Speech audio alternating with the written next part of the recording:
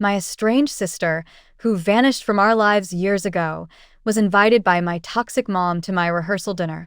I couldn't stay silent and read out a text my sister sent me 5 years ago, exposing the true reason she walked away.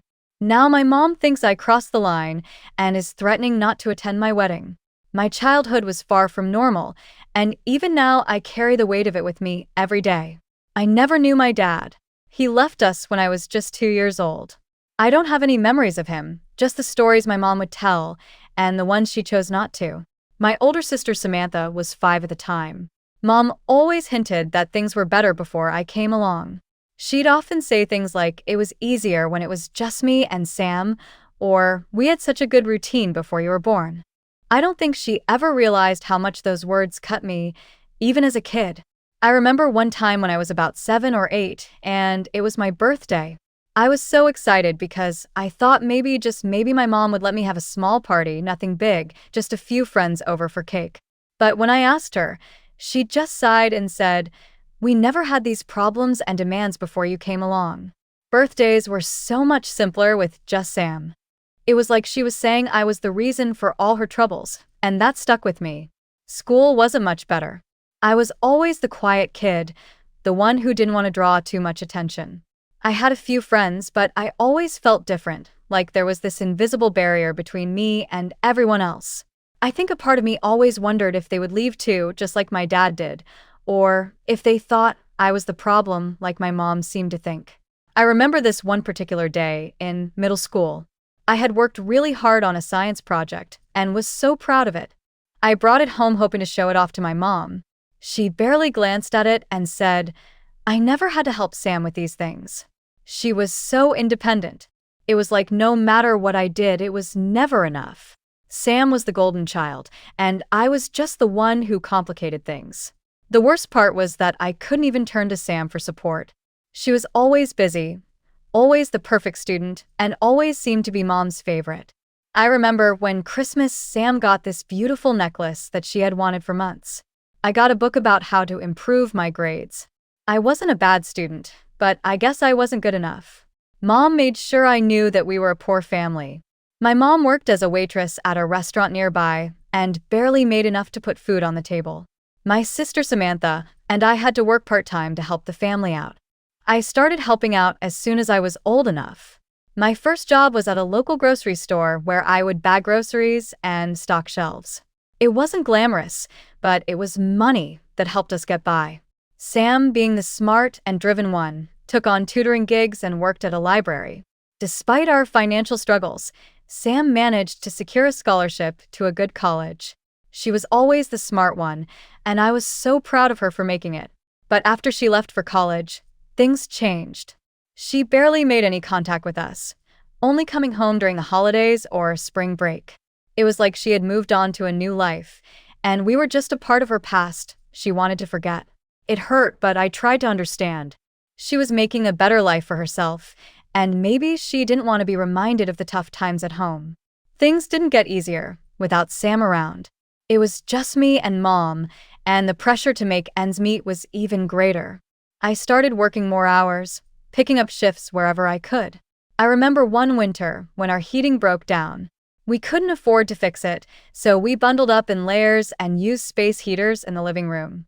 Mom would always apologize, saying she wished she could do more for us. It broke my heart to see her so stressed and sad, feeling like she had failed us. I remember one night when I was 16, I had come home from a long shift at the grocery store. Mom was sitting at the kitchen table staring at a stack of bills. She looked up at me with tears in her eyes and said, "I'm sorry, Ashley. I wish things were different." I hugged her and told her it was okay, but inside I felt the weight of our struggles more than ever. School was tough too. I was never as smart as Sam, and I struggled with my classes. I would stay up late trying to finish my homework, but no matter how hard I tried, my grades never seemed to improve. Teachers would compare me to Sam, saying things like, "Your sister did so well in this class. I'm sure you can do it too."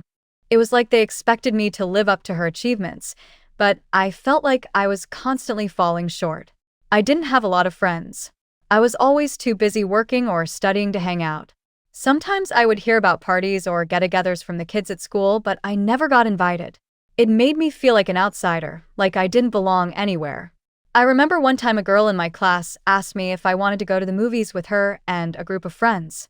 I was so excited and said yes, but when the day came, I had to cancel because mom needed me to work an extra shift to cover a bill. I never got invited out again after that. When Sam came home for the holidays, it was like she was a stranger. She would talk about her new friends and all the exciting things she was doing at college. I would sit there listening, feeling like I was from a different world.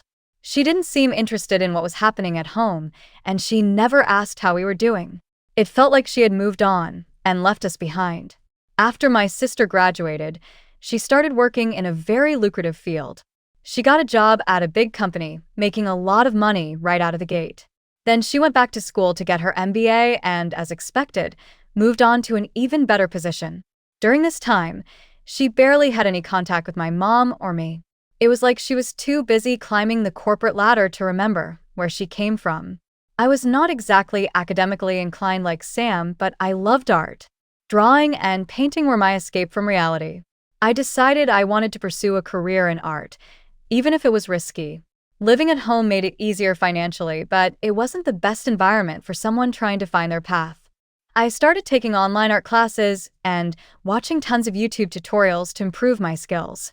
I would spend hours each day working on my art, trying to get better. To make some money, I started selling my art online. I set up an Etsy shop and an Instagram page to showcase my work. It was slow at first and I wasn't making much, but I loved what I was doing. It felt good to be creating and sharing my art with others, even if it was just a few people. But living at home with my mom was tough. She could not stop comparing me to Sam. Every time I made a little money for my art, she would say things like, "That's nice, but Sam makes more in a day than you make in a month." It was like a constant reminder that in her eyes, I wasn't measuring up. One particular instance stands out. I had just finished a large commission piece and was really proud of it. I showed it to my mom, hoping for a bit of praise. She looked at it and said, "It's pretty, but it's not going to pay the bills like Sam's job does. Why don't you find something more stable?" It crushed me. I knew she didn't understand art or what it meant to me, but hearing her say that made me feel like my passion was worthless. Things in our family were still weird, but Samantha would at least talk to us once in a blue moon. She'd call on birthdays or holidays, making the obligatory small talk. It wasn't much, but it was something. Then, about 5 years ago, things changed drastically. Samantha just stopped picking up our calls, and eventually, we realized we were blocked. Mom was devastated, and I was confused and hurt. I tried to reach out to her through friends and even social media, but I never got any response. Finally, I got a new phone number and decided to text her, hoping she would reply if she didn't recognize the number. To my surprise, she responded, but the message I received wasn't the warm, reconciling note I had hoped for. It was a long text filled with hurtful words and a tone that was cold and distant. Samantha wrote, "I'm moving on with my life with my new family, and I don't need poor toxic people like you dragging me down. I've worked hard to get where I am, and I can't afford to be associated with people who are stuck in the past and aren't going anywhere." Reading that message felt like a punch to the gut. She went on to say that she couldn't stand the way Mom would always complain about money and how I was wasting my time with my silly little art projects. She said that she was embarrassed to tell people about us because we were a constant reminder of where she came from and how we never seemed to improve our situation. She even accused Mom of being manipulative and toxic, saying that every time she did call or visit, Mom would guilt-trip her about not being around enough or not helping out financially. So Samantha made it clear that she felt Mom was trying to trap her in a cycle of poverty and guilt. As for me, Samantha wrote that she couldn't believe I was still trying to make a living from art. She said, "Ashley, you're a grown adult, and you're still playing around with paint and brushes like a child. Grow up and get a real job. You're a burden, and you're never going to make anything of yourself living in that fantasy world." I never showed that text to my mom. It was too hurtful, and I didn't want to add to her pain. After everything that happened, I felt like I needed a change. I knew I couldn't keep doing what I was doing. It wasn't sustainable, and the environment at home was just too toxic. I decided it was time to find a job that would allow me to pursue my art part-time while giving me the financial stability to move out and start fresh. So, I became an air hostess. It was a great job that paid well, and it gave me the opportunity to travel and see the world. I loved meeting new people and experiencing different cultures. The best part was that it gave me enough income to finally move out of my mom's house and get my own place. It felt like a huge step towards independence and healing. I found a cozy apartment not too far from where I grew up, and it felt amazing to have my own space. This is also where I met my lovely fiancé, Joshua. He was my neighbor, living just a few doors down from me. I remember the first time we met. I was coming home after a long flight, looking like a mess with my hair all over the place and my uniform wrinkled. I was struggling with my suitcase, and Joshua, who was walking his dog, came over and offered to help me carry it up the stairs. He had this big, warm smile and kind eyes that immediately made me feel comfortable. We started talking more and more every time we ran into each other. It began with casual highs and small talk, but soon we were having longer conversations. He'd come over for coffee, and we'd talk about everything from our favorite movies to our childhoods. Joshua was so different from anyone I had ever met. He was kind, patient, and genuinely interested in what I had to say. He made me feel valued and appreciated, something I hadn't felt in a long time. As we got to know each other, we realized we had a lot in common. We both loved traveling, good food, and had a soft spot for cheesy romantic comedies. He worked as a graphic designer and had a deep appreciation for art, which made me feel even more connected to him. He would always encourage me to keep pursuing my passion for art and even help me set up a little art studio in my apartment. We started dating, and things just felt right. He was always there for me, supporting my dreams and lifting me up when I felt down. We had so many great moments together, like the time he took me on a surprise trip to the beach because I mentioned in passing how much I missed the ocean, or when he organized a small art show for me in our apartment, inviting our friends and neighbors to come and see my work. It was one of the happiest moments of my life. A few months ago, Joshua proposed to me, and it was the sweetest, most heartfelt moment ever. It was a quiet evening, and we were having a picnic in the park near our apartment, one of our favorite spots. We were lying on the grass, looking up at the stars and talking about our future. Joshua suddenly got up and said he had something to show me. He pulled out his sketchbook and handed it to me. As I flipped through the pages, I saw drawings of all the special moments we had shared together. Our first meeting, our first date, the beach trip, and the little art show. The last page had a drawing of him down on one knee, holding a ring with the words, "Will you marry me?" written in big, bold letters. I looked up, and there he was on one knee, holding a beautiful ring. I was so overwhelmed with emotion that I started crying. Through my tears, I managed to say yes, and we hugged each other tightly. It was such a beautiful, intimate proposal, and it perfectly captured who we are as a couple. When I told my mom about the engagement, she congratulated me and said, "Finally, I was worried you would end up an old maid." I couldn't help but roll my eyes. What does that even mean? I'm just 26 years old. It was like she couldn't just be happy for me without throwing a little dig. Anyway, after the congratulations, she asked me if I was thinking about inviting Samantha to the wedding. I was shocked. I asked her, why would I invite Sam considering I hadn't even talked to her in years? Mom said that Samantha was still my sister and that I should have her at the wedding. She went on about how this could be a way for us to let go of our differences and start fresh. But honestly, I had no interest in doing this. The wounds from Sam's hurtful message were still fresh, and I couldn't imagine having her there on such an important day. I told my mom that I had no interest in reopening old wounds and that I was focused on moving forward with my life, not dragging the past into my future. I thought everything was sorted out for my wedding until the rehearsal dinner, when I saw Samantha walk in. I was shocked and couldn't believe my eyes. There she was, looking completely at ease, as if she belonged there. My heart was pounding, and my mind was racing with a mix of emotions: anger, confusion, and a hint of betrayal. I didn't know what to think or feel. I went straight to my mom and demanded to know what Samantha was doing here. Mom looked a bit taken aback and said, I reached out to Samantha and told her you were getting married. She said she was more than happy to come and celebrate with us. I was furious. How could Mom invite her without even asking me first? But I knew there was no point in causing a scene then and there with everyone around. I felt so many eyes on us, and I could see people whispering and looking in our direction. I tried to stay calm, but I was seething inside. I couldn't understand why Samantha would want to be here after everything she'd said and done. She had blocked me out of her life for years without any explanation, and then sent me that hurtful message when I tried to reach out to her. And now she was here, acting like nothing had happened. It was infuriating. I had been nothing but a good sister to her, always trying to bridge the gap, but she treated me like I was nothing. I couldn't shake the memory of that message. I had never told anyone about it, not even Joshua. I had kept it to myself, trying to process the pain and betrayal alone. Now seeing her here brought all those feelings rushing back. It was like a wound that had started to heal was suddenly ripped open again. So when it was time to give the toast, I started by thanking Joshua for being in my life.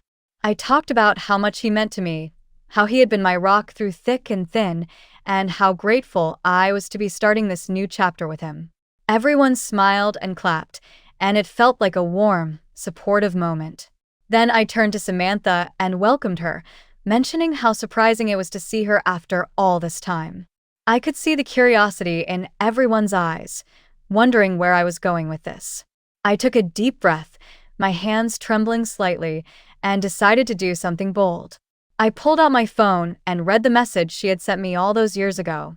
It went something like this: "I'm moving on with my life with my new family. I don't need poor, toxic people like you dragging me down. You're wasting your time with your silly little art projects. Grow up and get a real job. You're a burden, and you're never going to make anything of yourself living in that fantasy world." As I read the words, the room fell silent. You could hear a pin drop. Everyone was shocked and appalled.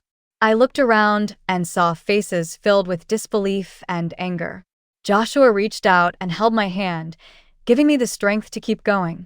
I felt a mix of emotions, but mostly a sense of relief for finally letting the truth out. Samantha's face turned bright red. She looked around, clearly embarrassed, unsure of what to do. She mumbled something under her breath and then grabbed her purse and left the venue immediately. However, not everyone felt the same way about what I did. My mom was furious. She said that I had gone too far and embarrassed the family in front of everyone. She told me that I had ruined the chance to fix things with Samantha and that I should have handled it differently. Her words stung, and I felt a mix of anger and sadness. I asked her why she wasn't mad at Samantha for saying those hurtful things about me and about her. I couldn't understand why she seemed more upset with me than with Samantha, who had been the one to cut us off and send that awful message. Mom just sighed and said that it didn't matter anymore because it was so long ago. She said we should be focusing on the future and that holding on to the past wouldn't help anyone. Her next words hit me like a ton of bricks.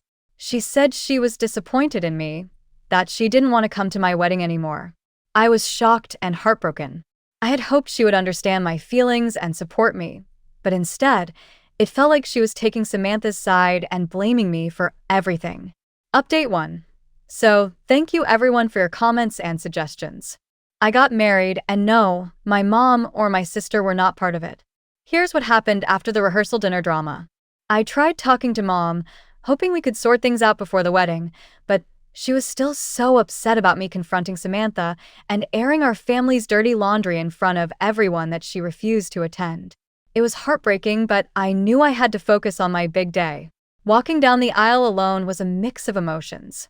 I had dreamed of this moment my whole life, imagining my mom by my side, proud and smiling. But I didn't let this bring me down. The ceremony was beautiful, surrounded by friends who have become my chosen family and have supported me through everything. Joshua and I exchanged vows that we had written ourselves, promising to love and support each other through thick and thin. It was a deeply emotional moment, and I felt so grateful to have found someone who truly understands and values me. After the ceremony, we had a small reception with our closest friends. There were tears, laughter, and lots of dancing. It was a celebration of love and new beginnings, and I couldn't have asked for a more perfect day. I also want to clarify a few things. Samantha and I grew up together in the same house, but she didn't play a motherly role in my life. We lived parallel lives under the same roof, and she was often distant, focused on her studies and her own path. As her younger sister, I craved her attention and validation, hoping for a connection that never fully materialized. Now, regarding her decision to distance herself from our family, I understand that people have the right to move on and create their own lives. However, I also have the right to set boundaries and decide who I want to include in my life's important moments, like my wedding. Samantha's actions and hurtful words made it clear that our relationship was strained, and inviting her to such a personal event didn't feel right to me. Choosing not to invite Samantha wasn't about punishment or revenge. It was about protecting my emotional well-being and prioritizing those who have consistently supported and cared for me. I needed my wedding day to be filled with positivity and surrounded by people who genuinely celebrated my happiness. Update 2. Hi guys, I know it's only been a few days since my last update, but I have some big news to share. A few days after the wedding, I received a surprising text from Samantha. She wanted to talk to me, asked if we could meet up. At first, I was hesitant because I was still in the honeymoon phase with Joshua, and I didn't want anything to spoil my mood. But there was a nagging feeling inside me that urged me to hear her out. So I agreed to meet her at a local cafe. When we met, there was a bit of awkward small talk at first. Then Samantha took the initiative to apologize. She admitted that when we were younger, she unfairly blamed me for our dad leaving. She also acknowledged that her message years ago was hurtful and stemmed from her own difficult circumstances at the time. She didn't try to excuse her behavior during our childhood either, recognizing how distant she had been as an older sister. She expressed genuine remorse and asked for a chance to start anew. I listened carefully to her words, feeling conflicted. The wounds from our past are deep, and I wasn't sure if I could simply overlook everything that had happened. But then Samantha said something that struck a chord with me. She pointed out that both of us were shaped by our toxic family environment, but we had the opportunity to create a new dynamic for ourselves, one that could be different from what we experienced growing up. Her words resonated with me, but I knew I needed time to process everything. I told her honestly that I wasn't ready to make a decision right then and there. It wasn't just about forgiving her. It was about figuring out if I could trust her again, and if we could truly move forward in a positive way. Since then, I've been reflecting a lot on our conversation. Samantha's apology was a step in the right direction, and I appreciate that she took responsibility for her past actions. At the same time, rebuilding trust takes time, and it's not something that can be rushed. We're still figuring it out. Joshua has been incredibly supportive throughout this. He encouraged me to listen to Samantha and consider what's best for my own healing and future happiness. He reminded me that forgiveness doesn't mean forgetting or pretending the past didn't happen. It's about finding peace for myself. Update 3. Hello everyone, I have some exciting updates to share with you all. After returning from my honeymoon, I couldn't stop thinking about the conversation I had with Samantha. I was really grappling with whether or not to give her another chance. To help me decide, I took a small step. I sent her a friend request on Instagram, now that she had unblocked me. As I scrolled through Samantha's Instagram, trying to get a sense of her life, I came across a photo of her at Niagara Falls. It was posted last year in July, which caught my attention because I distinctly remembered my mom also visiting Niagara Falls around that time. Curious, I checked my mom's Instagram and scrolled down until I found a picture from her trip. To my surprise, it was taken in the same month. Seeing this coincidence made alarm bells go off in my head. It made me wonder if Samantha and Mom might have actually crossed paths during their trips. It seemed unlikely that they would travel to the same place at the same time without some kind of coordination or reason. This discovery added another layer of intrigue to the situation. I started to think about what this could mean. Could Samantha and Mom have met up without telling me? Was there some connection or conversation between them that I wasn't aware of? It raised so many questions, and I felt a mix of curiosity and apprehension. Part of me wanted to reach out to Samantha and ask her directly about the trip. I wanted to know if she had seen Mom or if they had talked. But at the same time, I hesitated. I didn't want to come across as suspicious or accusatory. Our tentative truce was already fragile, and I didn't want to jeopardize it by jumping to conclusions. So I video called my mom right away and confronted her about it. Asked her straight up if she and Samantha had met before the rehearsal dinner. At first, she tried to deny it, but when I pointed out the evidence, those Instagram posts, it was undeniable. She finally admitted that they had been in contact for the past 2 years and had even met up. Hearing this shattered me. I felt a mix of hurt and betrayal because I had trusted my mom to be honest with me. I asked her why she hadn't told me about Samantha being ready to see me yet. That answer made me even angrier. In the heat of the moment, I told her to pass on the message to Samantha not to contact me again. Then, without giving it much thought, I blocked Samantha immediately. As for my mom, I'm considering blocking her too right now.